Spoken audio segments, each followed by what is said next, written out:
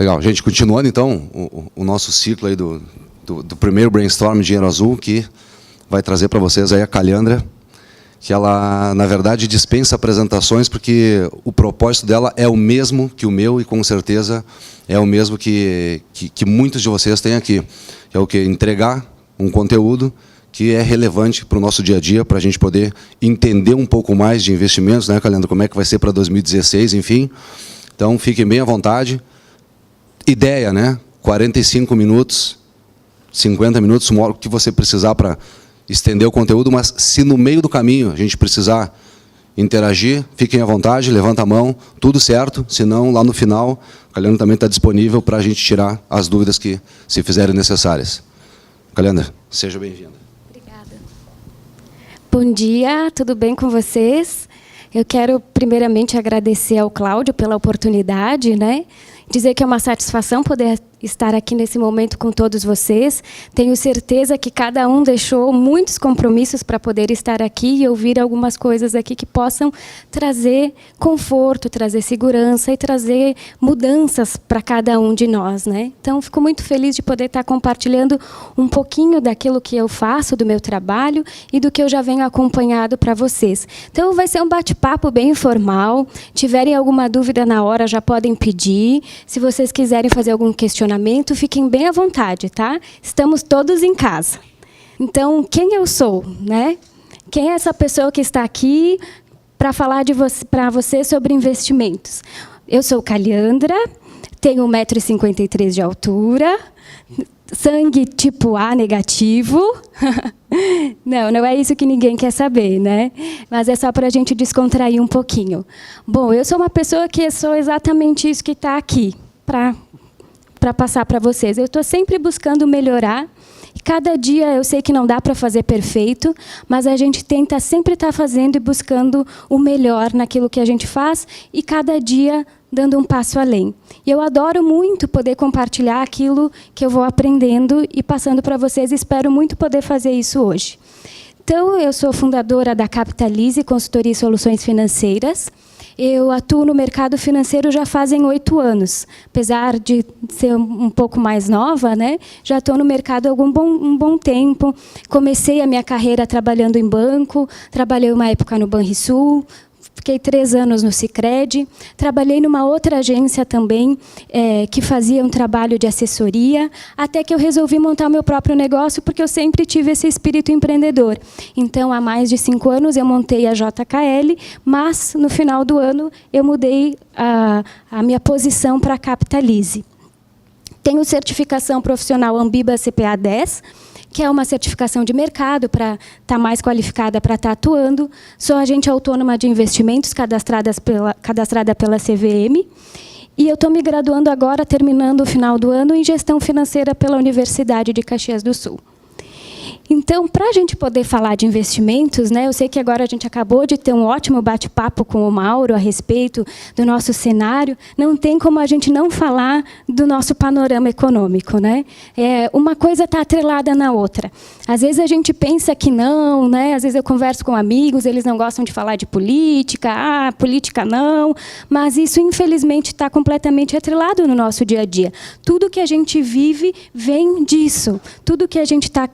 O cenário hoje que nós estamos vivendo, aquilo que a gente compra, se está mais caro, se está mais barato, a nossa qualidade de vida está completamente interligada com o nosso cenário político e econômico, que a gente não pode deixar de falar. Então, vamos fazer só um panorama de 2014, para poder entender como é que a gente chegou nessa crise, né? Que todo mundo está crise, a gente vai no empresário, é crise, é uma choradeira, está complicado, a gente acabou de ver que estamos com problemas na parte de crédito, não seria bem problemas, mas, como o Mauro explicou, né? Estamos vivendo um momento onde a retração no crédito se deve à alta inadimplência. Mas por que tudo isso aconteceu? Em 2014, a gente teve bastante tumulto no Brasil, vamos dizer assim. A gente teve Copa do Mundo, a gente teve as eleições, a gente teve um ano que a gente deu um passo para trás, esperava que não ia ser tão forte a recessão de 2014, que ia ser mais tranquilo, mas ele foi impactante, sim. E o que aconteceu diante daquele cenário? Por estarmos vivendo um cenário onde tinha eleições e o governo atual queria muito estar e continuar no poder, ele fez toda, vamos dizer assim, uma jogada para continuar assim.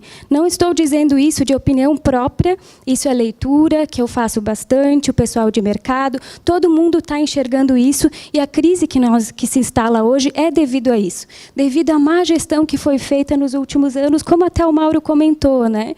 A expansão econômica baseada só em crédito, houve falta de estrutura, de estruturação para dentro do nosso país, né? As nossas empresas ficaram sucateadas, o dólar foi mantido a preços e patamares muito baixos, mas propositalmente, porque o Banco Central estava gastando suas reservas para manter o dólar superficialmente barato e desvalorizado, as contas públicas deteriorando em 2014, só que tudo isso estava embaixo do pano, ninguém podia falar isso porque eram eleições. Tinham alguns corajosos tentando falar alguma coisa, como o pessoal da Empíricos, não sei se aqui o pessoal já ouviu falar, conhece eles. Bom, só para complementar, o pessoal da Empíricos é uma empresa de research que eles fazem análises do mercado e fazem divulgação de dados econômicos de forma independente. Não é ligada a nenhuma instituição financeira, não é ligada a nenhum órgão público. Esse é o trabalho deles, levar a informação para o seu público de qualidade, e eles ganham em cima disso.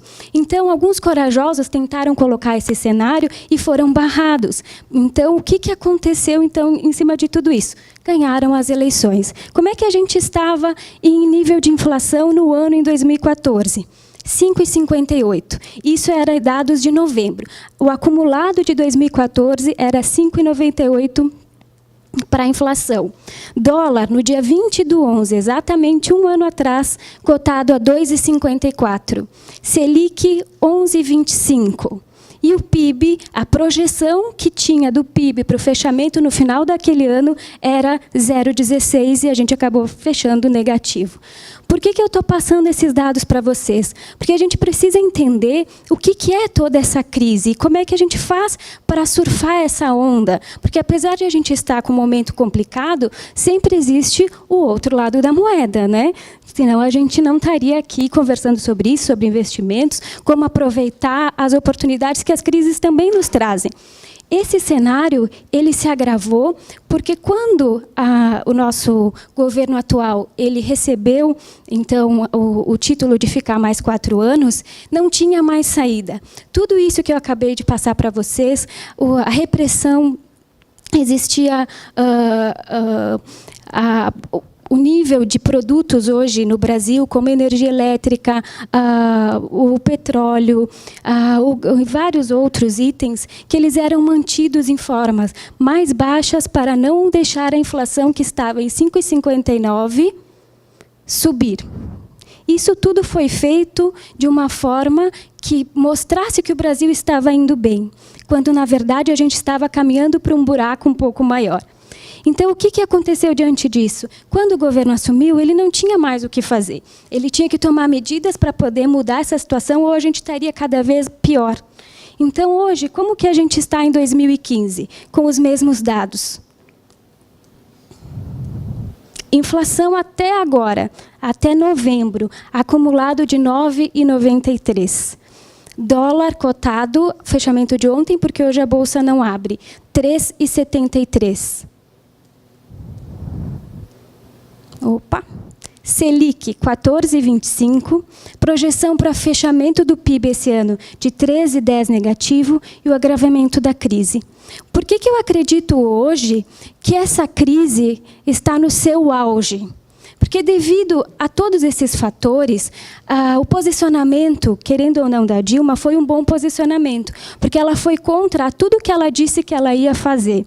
Ela está tentando se manter no poder, e a única coisa que ela tem que fazer hoje é isso. Só que existe uma ruptura muito grande dentro do Congresso, porque todo mundo que está lá dentro está querendo ganhar em cima dessa situação. Então, é muito melhor que eu, como uma pessoa interessada que o meu oponente caia, eu dê um passo para trás e dê um chutinho nele para que ele continue desse jeito, do que eu tome uma posição para que as coisas realmente melhorem em torno de um país todo. Então, hoje existe realmente uma crise econômica, mas que ela está agravada pela crise política, que a gente tem visto várias e várias situações que reforçam essa crise política.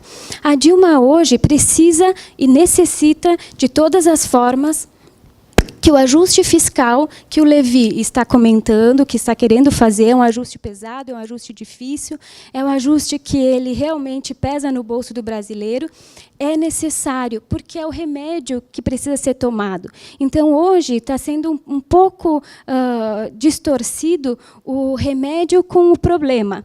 Então, hoje está sendo colocado que o Levi é o problema porque ele está fazendo essas medidas, ele está fazendo o possível para implementar o ajuste fiscal. Mas, na verdade, essa é a única solução.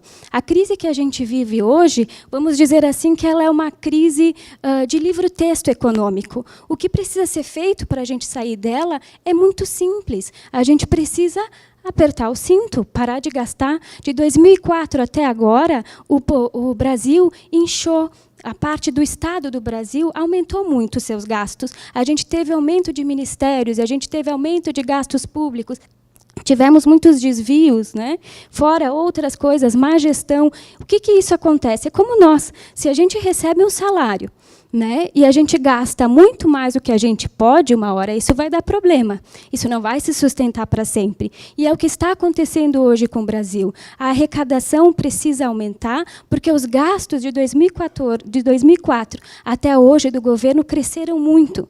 O que precisaria ser feito, sim, aumentar a arrecadação, como o Levi está fazendo, fazer também um corte na carne, como dizem, né? Diminuir esse tamanho do Estado, que até foi batido um pouco em cima disso, em torno de mais ou menos um mês atrás, foi comentado a respeito, e a Dilma acabou mudando um pouco dos ministérios, dos 39 ministérios que ela tinha, ela conseguiu diminuir um pouco, mas ela está, vamos dizer assim, né, em cima do muro.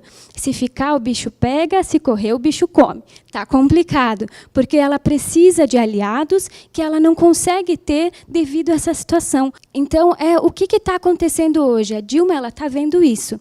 Hoje a gente tem o PT que não está gostando dessa matriz econômica, vamos dizer assim, dessa política econômica que a Dilma está colocando. Ele está indo contra. Ele está indo contra porque eles fizeram uma gestão até o momento ao contrário do que está sendo implementado. Agora, isso é necessário, isso não tem como não ser feito, ou a gente vai abrir braçadas até aumentar muito mais a nossa dívida. Como agência de rating, que isso impacta diretamente nos investimentos que a gente vai fazer, se nós perdemos, a gente já perdeu 1 grau de investimentos. Para que a gente pare de receber investimentos estrangeiros no Brasil, a gente precisa ter perdido 2. A gente ainda tem 2 classificações com outras 2 agências. O que essas agências olham? Elas olham que existe uma vontade, um apoio político para as medidas fiscais que estão sendo implementadas realmente acontecerem. É isso que elas estão analisando. Hoje, a nossa dívida, o nosso déficit, é 40% do PIB. Para a gente perder o grau de investimentos, precisa estar em 70%. Então, essa medida hoje que foi anunciada de que a gente vai ter um déficit no ano de 2015, ela ainda está controlada sem perder o grau de investimentos. Agora, se essas medidas que o Levi está tentando implementar não forem colocadas, a gente pode estar correndo de braços abertos para os 70% e perder o grau de investimentos, que aí pode sim piorar mais um pouco a nossa crise que nós estamos vivendo hoje. Então, o que a gente está hoje no Brasil vivendo a tempestade perfeita, né? A gente sabe o que precisa fazer, mas a gente não tem força política para implementar.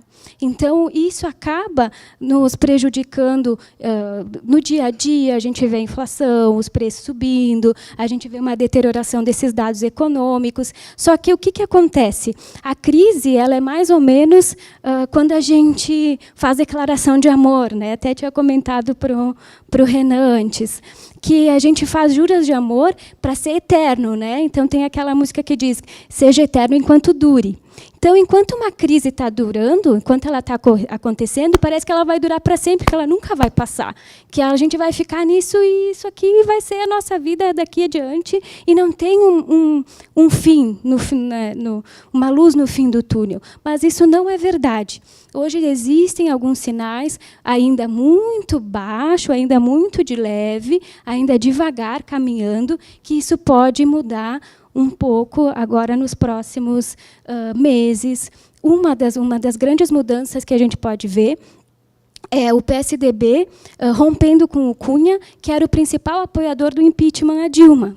Então, hoje, o impeachment ele perdeu um pouco de força, na verdade, perdeu muita força. Já não se fala mais no impeachment como se falava no início do ano ou há 2 meses atrás, porque já não se tem mais como falar disso, tendo o principal apoiador vivendo todo esse cenário e toda essa crise de imagem que ele está vivendo hoje. Então, o impeachment, hoje, que todos estavam falando, já perdeu muito a força. Então, o que se espera que aconteça? Que agora a Dilma vai continuar até os próximos eleições. Claro que aqui a gente está falando de probabilidades, não é previsão, né? Ninguém tem um oráculo, senão a gente estaria aqui todo mundo milionário. Então, não é por aí, mas é uma previsão de que ela continue, que ela vai tentar fazer o máximo para se manter, vai sofrer ainda retaliações do Congresso, mas que as coisas estão começando devagar a se ajustar, e a gente pôde ver isso essa semana, quando foi votado 2 pautas bombas, vamos dizer assim, e ela ganhou, que foi que ela tinha vetado o aumento do salário do judiciário, que isso ia impactar em 59 bilhões de reais nos cofres públicos. Isso foi vetado. Um voto de diferença não importa. Ela venceu. Então, ela já teve algumas vitórias. Isso está mostrando que, devagarinho, a coisa está mudando, porque nessa guerra, né, de morde-a-sopra, a gente não vai ficar assim para sempre. O Brasil não vai conseguir ir para adiante, e eles também estão pensando em 2018. Afinal, já passou 2015. Se eles não fizerem as medidas, a gente perde 2016. Se a gente conseguir implementar as medidas em 2016, a gente vai ver o fruto disso em 2017, que é só um ano antes, que tem que fazer tudo para as eleições de 2018, porque tem que mostrar um país lindo de novo, né? Afinal, o brasileiro tem memória curta, então a gente tem ainda um ano para ganhar. Então, isso vai ajudar a gente a ter um cenário um pouco mais favorável do que esse que a gente está vendo aqui, onde o índice de aprovação da nossa presidente foi de 8%. Então, 8% da população, isso em 6/8, né, estava dizendo que ela tinha uma avaliação do governo bom ou ótimo, e 71% dizendo que é ruim ou péssimo.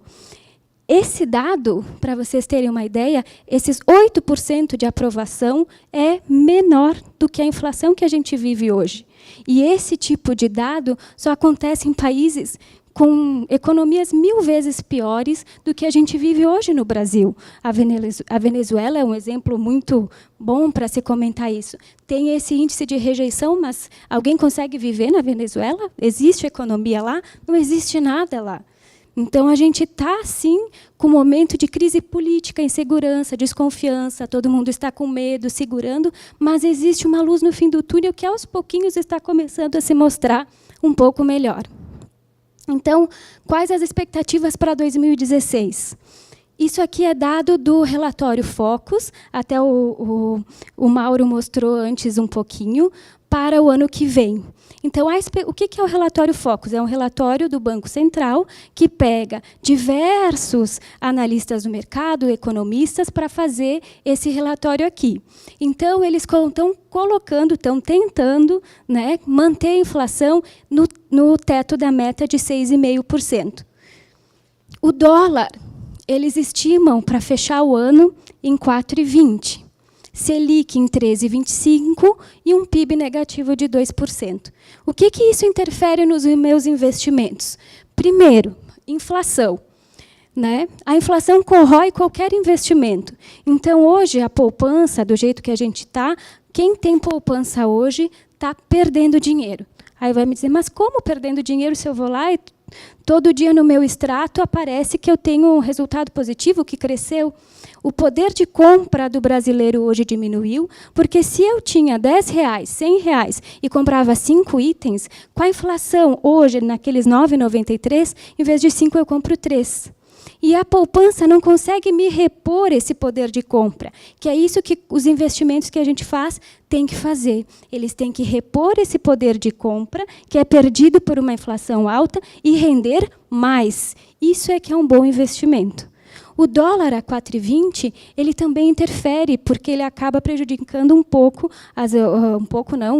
bastante, né, os nossos dados econômicos, porque ele está um pouco alto. Apesar de que ele muito baixo, ele também não é tão bom como a gente pode ver, porque a gente teve a nossa indústria sucateada nos últimos anos, com um dólar em 2,50, 2,30. Então, era mais fácil eu trazer da China, trazer de outros países, era mais barato do que eu produzir dentro do Brasil, de eu fazer investimentos aqui. Então, teve muitos empresários que preferiram fazer isso. Agora, diante desse outro cenário com dólar mais alto, estão começando, aos poucos, a ter que fazer aqui mesmo. Então, isso começa, aos pouquinhos, a gente ter alguns focos de incêndio que vão levar para frente o mercado e a economia como um todo. Hoje, um setor que está levando a nossa economia são as exportadoras. As exportadoras estão tendo um ótimo resultado. Empresas que tinham dados ruins por conta do dólar tão baixo, como o JBS,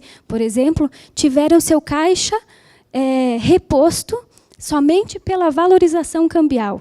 Somente pelo valor de dólar aos patamares atuais, ela repôs o seu caixa e ainda vai ter um excelente resultado no final do ano. A Selic é 13,25 diretamente nos investimentos. Por que se acredita em 13,25? Talvez volte um pouco. O mercado hoje como um todo está sentindo que esse patamar pode continuar, os 14,25 atuais que a gente tem. Porém, o ano que vem, sim, pode ter uma baixa, mas ainda isso é uma hipótese que não é tão debatida. Por quê? Porque, como existe uma crise hoje, a própria recessão do mercado faz com que os preços fiquem um pouco controlados. Mas como assim? Eu aumento a taxa de juros para que os preços tentem ficar mais controlados e para que eu consiga controlar a inflação. Só que, como a gente está com um momento de crise, todo mundo está devagar, ninguém está saindo para fazer compras por aí, então o empresário está baixando o preço para poder manter aqueles clientes que ele atendia.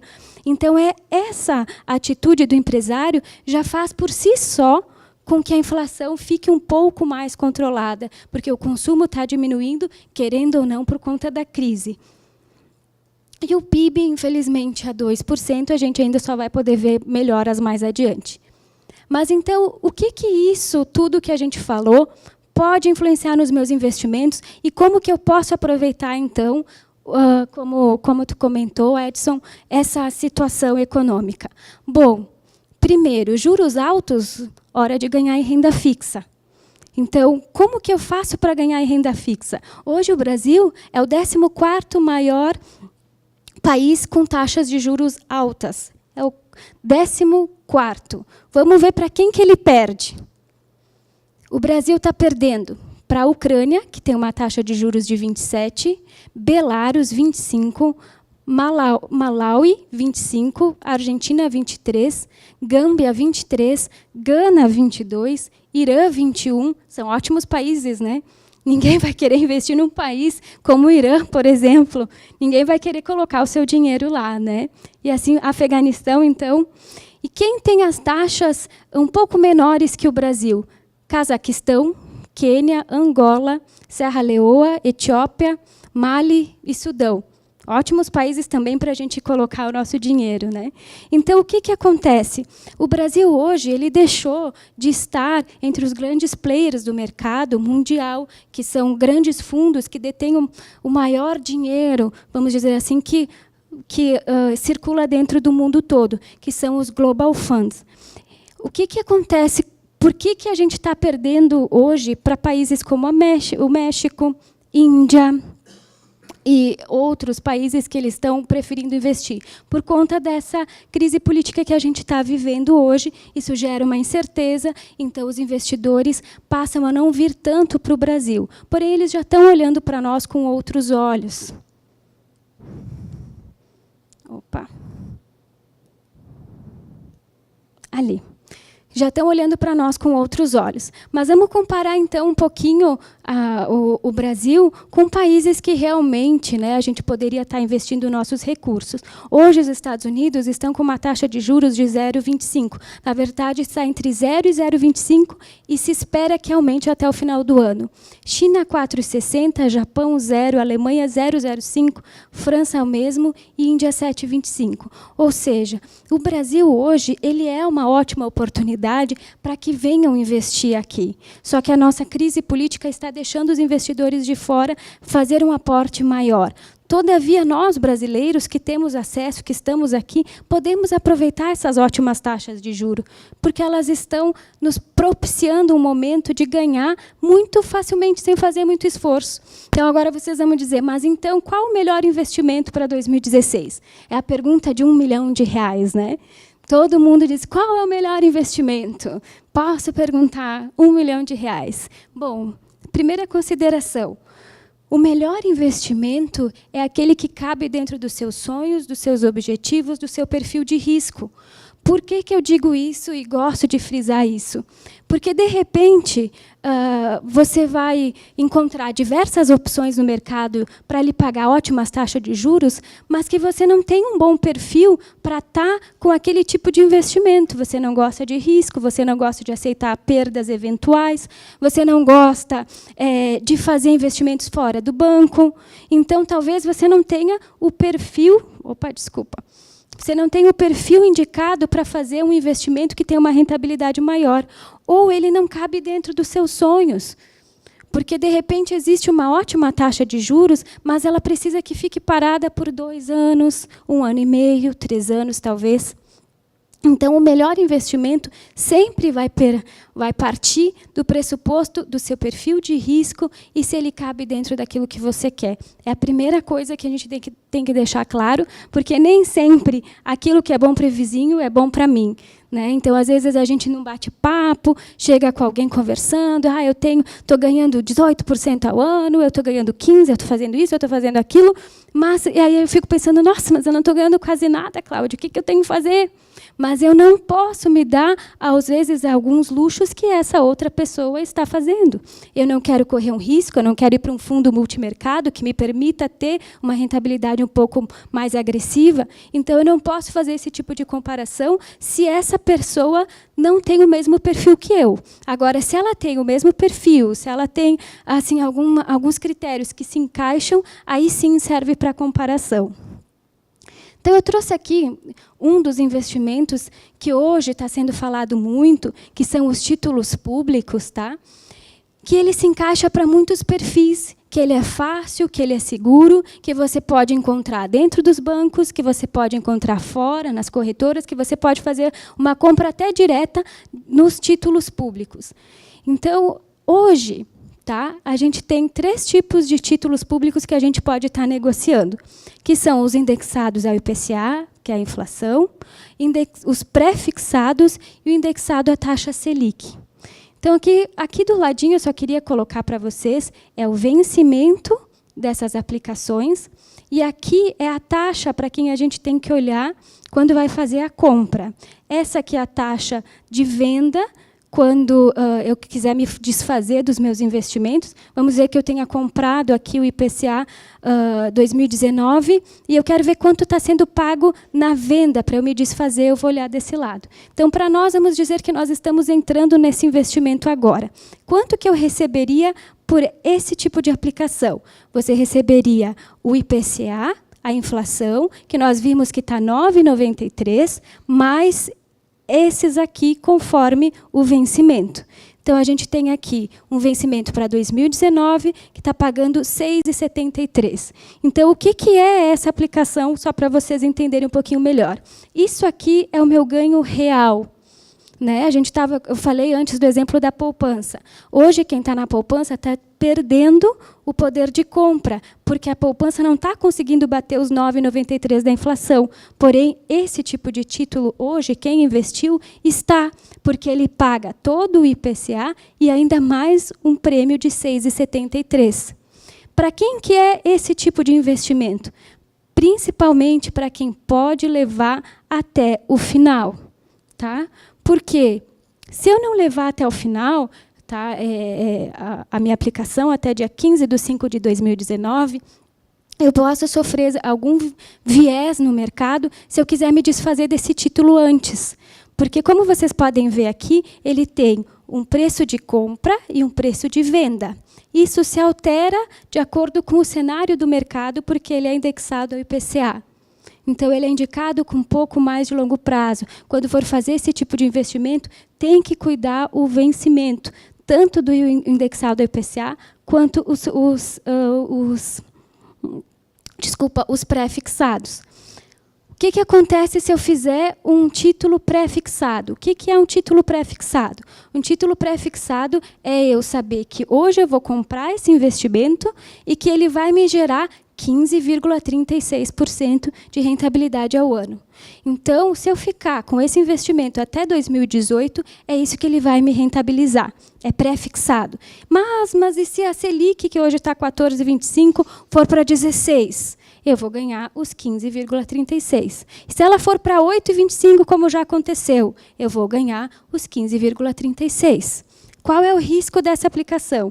Se eu quiser sair antecipadamente, antes do vencimento, aí ela não vai me garantir essa taxa dos 15,36. Ela vai ir a mercado. Como é que é ir a mercado? Da mesma forma que eu expliquei aqui em cima.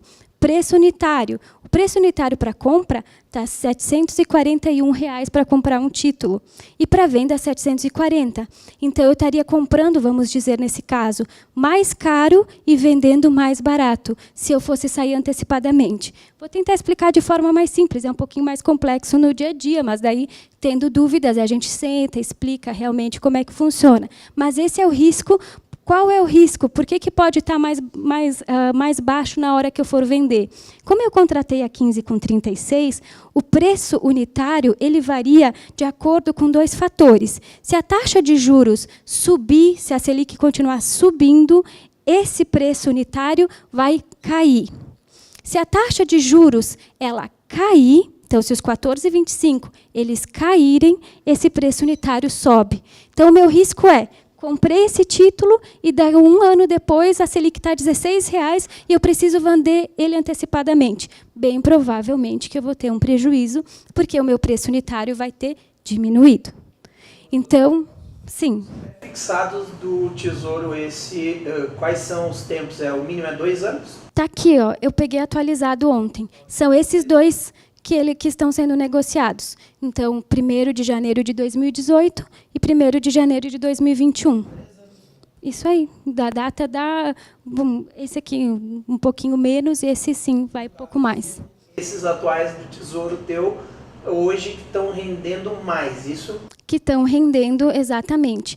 Isso aqui também varia conforme, por exemplo, ontem, né, na data de ontem estava 15,36, mas ele pode variar um pouco durante o dia se a gente tiver assim uma turbulência no mercado, se tiver algumas notícias que deixar o mercado mais nervoso, as taxas de juros podem oscilar e essas taxas aqui também oscilam. Então, já teve momentos ainda dessa semana que esse mesmo título estava sendo negociado a 15,70, ou seja, quase 16% de rentabilidade. Estava sendo negociado exatamente esse título aqui, porque teve um viés ali, né, um estresse no mercado e acabou subindo mais para comprar esse título específico. E qual que é a diferença dos pré-fixados para os indexados? No caso, é que aqueles variam, são menores daí, mas daí não tem no caso, os prazos determinados, é isso? Não, aqui ele é indexado ao IPCA. Aqui tu já tem a taxa certa, quanto tu vai ganhar. Contratei hoje isso aqui pela inflação, porque vai te pagar a inflação mais isso que tu acordou aqui. Então, se a inflação continuar nesse clima de alta, tu vai ganhar mais aqui, teoricamente, porque o teu ganho real está garantido. Né? Nessa aplicação aqui, o teu ganho real não está garantido. O que é o ganho real? É o que eu ganho acima da inflação. Esse é o meu ganho real. Então, se a inflação deu 10%, meu ganho real aqui vai ser 5,36. E o meu ganho real aqui vai ser 6,73, 6,80 e assim por diante. Então, essa é a diferença. Tá? Essa é a principal diferença. É isso que eu falei da pergunta de $1 milhão. Precisa ver. O que acontece, pessoal? Eu, particularmente, não gosto de fazer esse tipo de apontamento. A melhor aplicação é tal, para o ano que vem, a melhor é essa. Porque eu não conheço a necessidade tua para poder falar isso. Vou te inverter a pergunta. Tá. Digamos que eu tenha R$1 milhão, então. Tá. O que é que eu faria? Muita coisa. Nesse caso pontual. Tu pode fazer... Com R$1 milhão, o que você pode fazer? Você pode fazer uma distribuição, você não precisa colocar todo num título só, por exemplo. Você vai fazer uma composição de um portfólio onde vislumbre curto prazo, médio prazo e longo prazo. Por quê? Porque eu não vou colocar todas as minhas fichas de R$1 milhão só aqui. Porque o momento agora é esse. Claro, dá para aumentar a exposição dentro desse cenário econômico, porque o cenário muda. Como eu mostrei antes, 2014 era 1, nós estávamos com 11,25 de taxa, 2013 estava menor ainda, hoje nós já estamos com 14,25, quem sabe falando em 15. O cenário muda, então eu tenho que mudar o meu portfólio conforme o cenário muda também. Então, o que eu tenho que fazer? Eu preciso ter uma gestão do meu patrimônio, preciso ter uma gestão adequada dos meus ativos, eu preciso olhar para eles pelo menos uma vez por ano. Nesse caso, talvez de 6 em 6 meses, por conta agora esse momento que está conturbado, podendo mudar, para diminuir um pouco a Selic, a gente tem que olhar com um pouco mais de cautela. Porque eu posso fazer um exemplo. Eu tenho um software que faz esse cálculo para mim, tá? Por isso que eu não vou te dar a resposta agora de imediato, porque o ideal é lançar um software e ver dentro da composição daquilo que tu precisa, da tua disponibilidade de caixa primeiro, né?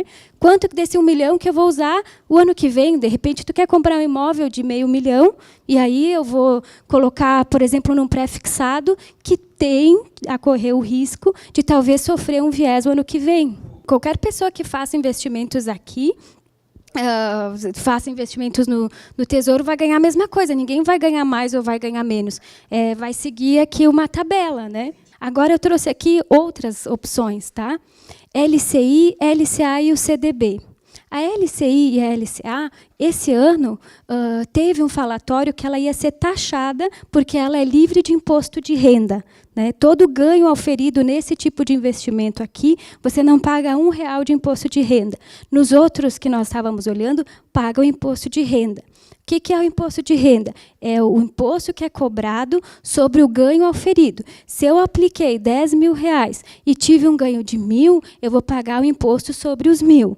Esse imposto ele é regressivo. Ele começa com 22,5, vai para 20, vai para 17 e até 15. Quanto mais tempo eu deixo, menos eu pago. Por isso que tem que fazer aquela análise de quanto tempo eu vou deixar investido, o que eu vou fazer com o recurso, porque parte da rentabilidade também acaba indo quando eu pago o imposto de renda. Essas duas aplicações elas não têm hoje e, pelo que está sendo falado, não vai ter, porque a ideia do Levy era fazer uma taxação para começar a cobrar imposto de renda nessas duas, e, pelo que a gente vê, não vai ter, porque não foi passado, não foi comentado, e se fosse implementada essa lei, vamos dizer que realmente eles quisessem e fossem implementar no mês que vem. Só ia começar a valer a partir do ano que vem. Então, se eu fechasse, mesmo até o final do ano, alguma aplicação nesses dois investimentos, eu não ia pagar o imposto, porque não ia estar valendo ainda. Mas, pelo que a gente está acompanhando, não vai ser taxado. Então, é livre de imposto.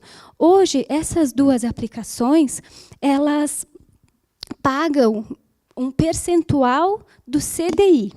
né? É um pouquinho mais complicado. Paga um percentual do CDI. Normalmente, também varia, por quanto mais tempo eu deixo, mais eu recebo. Depois eu vou fazer um exemplo mais prático logo adiante, daí vai dar para ter uma ideia um pouquinho melhor. Um exemplo. Eu vou fazer uma LCI para mais ou menos um prazo de 6 meses. Hoje eu posso conseguir uma LCI tranquilamente em torno de 90%, 92%, até 93%, 94% do CDI em corretoras, fora de banco. Dentro do banco, bem provável que você não vai conseguir esse tipo de taxa, porque não é métier do banco fazer esse tipo de aplicação, né? Não é que não é, mas é que ele não repassa tanto quanto uma corretora repassaria. Então, só tem que fazer esse tipo de comparação. Eu tenho uma aplicação no Banco A, quanto que ele me paga se eu for fazer uma LCI de 6 meses, quanto que uma outra instituição me paga se eu for fazer a mesma LCI em 6 meses. Então, esse tipo de análise tem que ser feita na hora de fazer o investimento. Mas, sim, consegue algo em torno de 90%. Quanto isso dá de rentabilidade, então? É 90% do quê? 90% do CDI, que hoje está em 14,14%. Então, o CDI está 14,14, eu vou receber 90% dele. Vai dar em torno de uns 12, alguma coisa assim. Até se alguém tiver uma calculadora, pode me ajudar. Vai dar em torno disso, mais ou menos, a taxa. Depois eu repasso ali, eu tenho a taxa certinha. Isso vale também para a LCA. E o CDB, da mesma forma, todos esses aqui eu coloquei juntos, porque eles são taxados pelo CDI, que é esses 14,14 que está atualmente. Então, esse tipo de aplicação também vai variar de acordo com quanto mais tempo eu deixo, mais eu recebo. O CDB ele é um pouco mais tranquilo porque ele te gera uma liquidez diária. Então, você pode conseguir um CDB que pague 100% do CDI, 100% dos 14,14, com uma liquidez diária. Existem instituições hoje que estão pagando isso. Também tem que pesquisar, ok? Só para colocar. Mas, se você pode deixar 6 meses, 3 meses, você pode ganhar mais do que 100%. Você pode ganhar 105%, 110%. Tem empresas que estão pagando 118%. Só que daí, a qualidade desses CDBs, o que é um CDB? Certificado de Depósito Bancário. Então, é mais ou menos assim, só para explicar. Eu vou no banco, certo? E o banco, eu deixo o meu dinheiro aplicado no banco. O que eu faço quando eu deixo o meu dinheiro aplicado no banco? Eu estou deixando o meu dinheiro para o banco usar, correto? Eu estou emprestando o meu dinheiro para o banco. É essa analogia que a gente tem que fazer. Estou deixando o meu dinheiro lá e ele vai me remunerar um valor por isso. Então, eu estou emprestando o meu dinheiro para uma instituição bancária. Então, o que o banco faz? Ele emite um título, que é um certificado, chamado CDB, Certificado de Depósito Bancário. Então, toda instituição financeira pode emitir o certificado de depósito bancário. Então, existem as instituições de primeira linha e as instituições de segunda linha. O que é as instituições de primeira linha? São os bancos mais tradicionais. Caixa, Itaú e assim por diante. Banrisul, eles são os bancos de primeira linha. Os bancos de segunda linha são bancos que não são tão conhecidos, não são tão tradicionais. Sofisa, Crefisa, tem Máxima, que também é uma instituição financeira, tem N outros bancos que se enquadram na categoria de segunda linha. Eles pagam mais por ser de segunda linha. Mas qual é a segurança que eu tenho de fazer o investimento, então, num banco de segunda linha? Existe um órgão chamado Fundo de Garantidor de Crédito, que ele garante para quem vai investir numa instituição assim, de segunda linha, até R$250 mil, garantido por CPF. Ou seja, se eu aplicar num banco, porque eu deixei meu dinheiro lá e ele vai me remunerar, e esse banco, essa instituição, tiver um problema financeiro e quebrar, o fundo me garante até R$250 mil por CPF. Então, o investidor que queira uma taxa melhor, uma taxa de ganhar 118% do CDI, um exemplo que existe, e pode deixar um prazo de carência um pouco maior e puder investir, estará até R$250 mil garantido, sem risco. Se tiver algum problema, será ressarcido. Então, isso não precisa inibir ninguém de fazer investimentos em banco de segunda linha até este limite. Acima desse limite, de forma alguma, é recomendado. Como que eu escolho qual é o melhor? Primeiro, eu tenho que ver o meu perfil, o prazo, olhar a segurança e a rentabilidade. Isso é que eu tenho que analisar quando eu vou fazer o investimento. Toda vez que for fazer um investimento, lembrem disso aqui. Qual que é o meu perfil, o prazo que eu posso deixar, a segurança do investimento e olhar a rentabilidade. Então, aqui eu trouxe, só para exemplificar melhor, o que eu estava falando antes. Então, aqui está a rentabilidade líquida, descontando o imposto de renda. Ok? Líquido, porque tem um imposto. Aquele título que nós estávamos comentando, que pagava pré-fixado 15,36, ele... com um prazo de 1 ano, tá? Aqui é uma simulação para 1 ano. Então, se eu deixasse a aplicação num título daquele Selic, que é pré-fixado em 15,36, descontando os impostos, eu teria uma rentabilidade de 11,82. Na LCI, usando, tanto para LCI quanto para LCA, uma rentabilidade de 92%, também para 1 ano, tá? do CDI, daria 13,13. O CDB, usando 105%, se eu pudesse deixar para 1 ano. E uma carteira aí administrada, que foi o que tu pediu, de perfil moderado, tá? Fazendo uma composição desses 4 investimentos, poderiam render 13,50. Uma composição, tá? Fazendo uma composição, não só, se eu investir só em Selic, só uma composição, e tem aqui também um outro que eu não falei, que é um fundo de investimentos, mas só para vocês terem uma exemplificação um pouco melhor. Quanto isso me renderia, então, em reais? Aqui é uma simulação com uma carteira de R$100 mil. Então, na Selic, líquido, me renderia para R$100 mil em 1 ano, 12.481,85 de juros. LCI, 13.758. LCA, como é a mesma, o mesmo valor. Um CDB, 13 e a carteira, 14. Líquido do imposto de renda. Eu não estou fazendo comparação com a inflação, tá bom? Só com o imposto de renda. Então, numa simulação de uma carteira de R$100 mil, aplicado em qualquer uma desses investimentos, gerariam esse retorno só de juros, os 100 mil mais esses juros.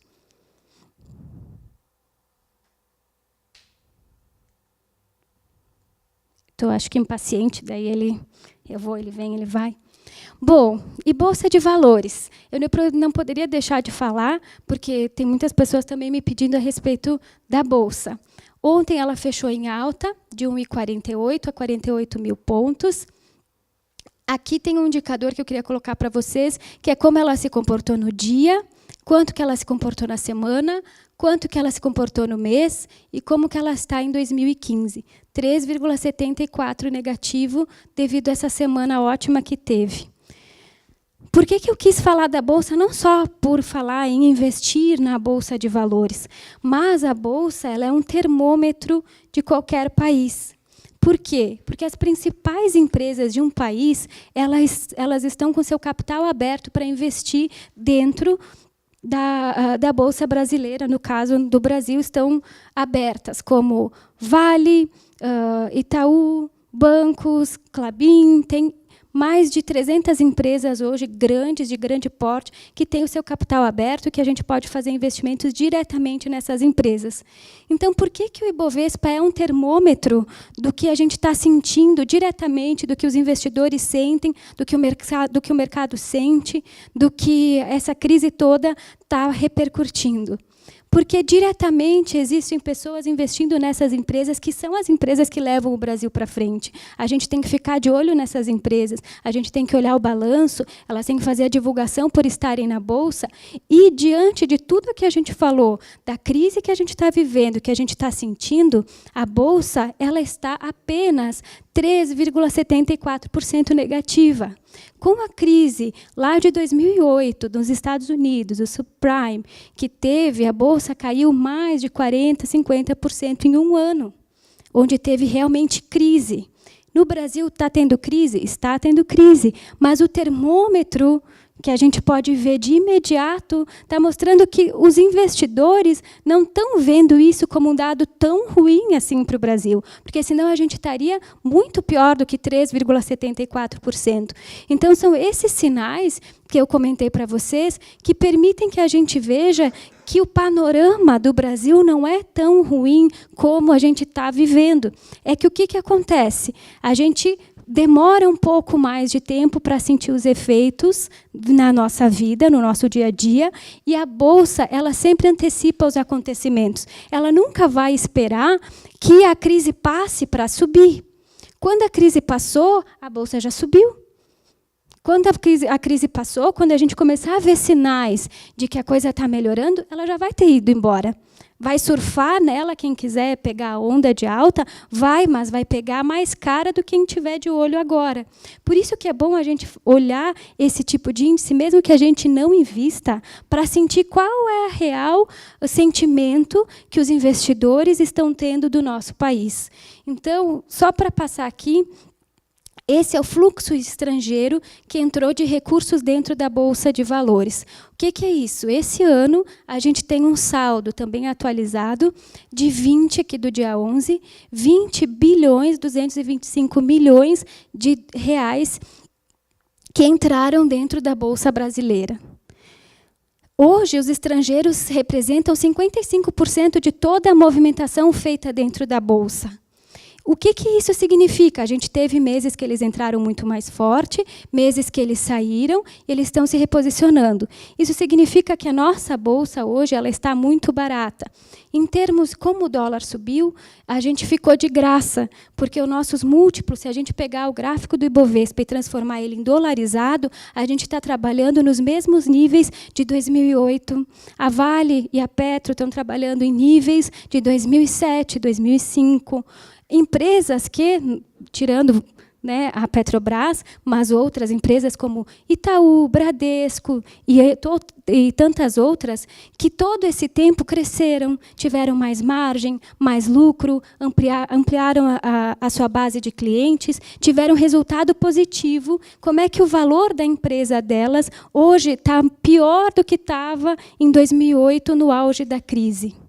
Porque a gente está trabalhando com múltiplos muito baixos. Existe esse pessimismo que a gente está falando, é sentido na Bolsa de Valores, só que é antecipado. Então, eu não sinto ele quando a crise já está instalada. A gente está nesse patamar de 48 mil pontos, praticamente da metade do ano até agora, e está se mantendo ali. Não estamos indo muito para baixo, estamos se mantendo nos 44 mil pontos, também não estamos conseguindo ir tão além por conta ainda da crise. Mas, se a gente fosse analisar o cenário, a gente poderia estar muito pior, pelo que a gente está vendo, tudo que a gente está vivendo, a Bolsa devia estar em 12 mil pontos. Eu vi gente falando no início do ano que ia a 18, mas não foi. Por quê? Porque a gente não está tão ruim como a gente está pensando que está. Quando a gente está vivendo no problema, a gente não consegue olhar além, mas tem sinais que nos permitem olhar além, e esse é um. Então, por isso que eu trouxe esses dados, não para dizer invistam na Bolsa de Valores, mas para que vocês comecem a acompanhar, para poder até ter um viés mais positivo, Porque a gente sai, hoje só houve crise, sai uma notícia no jornal falando de coisas ruins, o tempo todo está pior, a indústria esse ano está indo mal, o setor tal está indo mal, o setor de serviços caiu 40%, e assim por diante, e a gente acaba achando que isso nunca vai terminar. Mas tem sinais que estão mostrando que isso está passando. Volto a dizer, o pessoal lá da Empíricos, que são excelentes profissionais, estão começando a falar a respeito disso, para a gente começar a olhar aí a Bolsa como uma forma de investimento. Não é ainda o momento, mas para se comprar empresas que dão ótimo resultado, mas que estão baratas. Ainda não é o momento, mas pode-se olhar com carinho, começar a acompanhar esses dados e também gerar um pouco de ânimo mais para todos nós.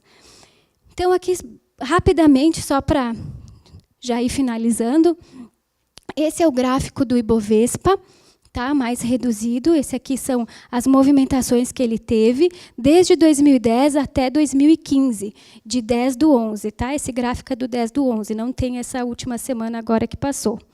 O que isso significa? Aqui é o finalzinho de 2009. onde a gente caiu excessivamente em 2008, recuperou bastante em 2009, tivemos 75% de alta um ano depois da crise. Então, vejam bem, estamos no auge da crise agora em 2015. Temos alguns sinais de que pode melhorar. Todo mundo sabe que 2009 não foi aquele ano maravilhoso para o Brasil em termos de dados econômicos, mas a Bolsa já antecipou o movimento. Então, teve uma ótima alta, 75%, e de lá para cá a gente acabou caindo bastante. O que eu chamo a atenção? Esses pontos aqui, que foi onde o Ibovespa bateu em 2013, em 2014 e agora em 2015, que são os 45 mil pontos, mais ou menos, tá? Em torno de 45 mil pontos, 44, 46, ele já bateu 3 vezes seguidas e não está perdendo esse patamar. Isso significa que existe uma força grande compradora aqui que não está permitindo que a gente afunde ainda mais, porque os nossos dados não estão tão ruins assim para que a gente precise cair muito mais, para que a gente fique barato. A gente já está barato, as nossas empresas já estão baratas, o estrangeiro está entrando aqui, então a gente não precisa se preocupar tanto em relação a isso. Tem que olhar com cautela, tem que olhar com cautela. Mas eu trouxe esse dado aqui para que vocês pudessem analisar que existe, sim, no mercado de bolsa, um movimento que pode se concretizar assim que as coisas melhorarem um pouco. E, para finalizar, então, se você esperar pelas condições perfeitas, nunca vai fazer nada. Então, se a gente ficar esperando a crise passar, se a gente ficar esperando a coisa acontecer, a gente vai pegar depois que passou, né? A gente vai deixar ir embora. O cavalo encilhado sozinho se manda, né? Então, o que a gente pode fazer? Diante dessa taxa de juros, vamos aproveitar. Está ruim, está horrível, está uma crise enorme, mas eu posso ganhar dinheiro com isso, eu tenho dinheiro guardado, vou aplicar, vou aproveitar, vou ganhar bons juros. Exatamente. Então, essa? Isso aqui? Isso aqui é o seguinte, cada candle, isso aqui se chama candle, cada quadradinho, velhinha dessa, se chama candle. Representa, nesse gráfico aqui, se eu não me engano, é mensal, ó. Representa um mês de negociação na Bolsa de Valores. Então, aqui tem o mês de novembro, aqui tem o mês de outubro, aqui tem o mês de setembro, e assim por diante. Investidores. Eu sei que estão comprando. É vinho. É vinho. Fica segurando o negócio. Se não fosse o vinho, olha, o pai tinha fundado. Ótimo. Beleza. Legal. Então, o que eu quero só deixar de mensagem para vocês é que existem bons investimentos que a gente pode aproveitar, não só na parte de investimentos financeiros, como outros tipos de investimentos. Detalhe, a gente vai ter outras palestras falando sobre isso, falando sobre investimento fora do Brasil. Bom, se eu não estou achando que está bom aqui, então eu vou para fora, né? Se aqui está ruim, então o que eu posso fazer, né? Se eu não estou acreditando que o Brasil não vai realmente voltar, o que eu faço, né? Outra, não só por isso também, né? Mas sempre é recomendado que a gente tenha parte do nosso investimento em outra moeda. É sempre bom. Qualquer livro de economia fala sobre isso. Então, não é só pelo cenário econômico que é uma boa oportunidade para investir. Se a gente está achando que os Estados Unidos vai subir, que a economia deles vai ser melhor que nós, a gente pode ir para lá fazer um investimento. Detalhe, a gente vai ter uma palestra que vai explicar mais sobre isso, né? Mas não é só por conta do que a gente está vivendo que a gente pode fazer esse tipo de aplicação. Um exemplo bem claro que a gente tem do nosso vizinho é a Venezuela. Vamos dizer assim, hoje o maior milionário do Brasil, ele pode ser o maior pobre amanhã, se ele contar só com o real. Não estou dizendo que isso vai acontecer, pelo amor de Deus, não é isso que eu estou falando. Mas é o que aconteceu com a Venezuela. Quem não tinha um investimento em outra moeda, o que aconteceu? A economia lá se virou em frangalhos e o dinheiro que ele tinha passou a valer nada. Isso não pode acontecer com o Brasil? Eu acho que não chega a tanto. Porém, sempre é bom estar prevenido, né? O seguro morreu de velho.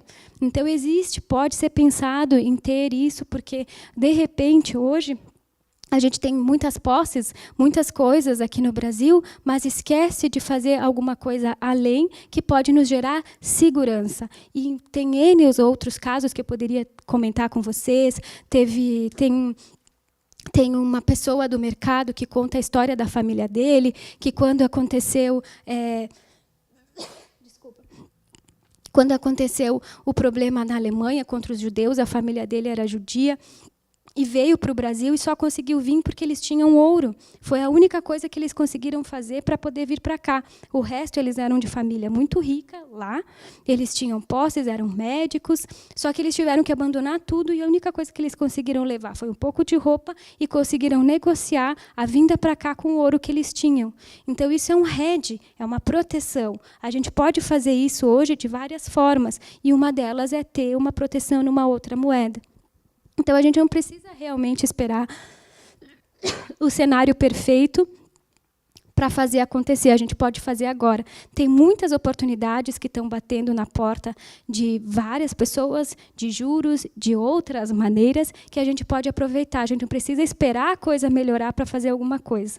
Eu espero ter contribuído com coisas boas para vocês. Peço desculpas pelo meu nervosismo, mas depois, se vocês tiverem dúvidas, eu posso esclarecer melhor. E agradeço pela presença de todos. Muito obrigada. Muito obrigada.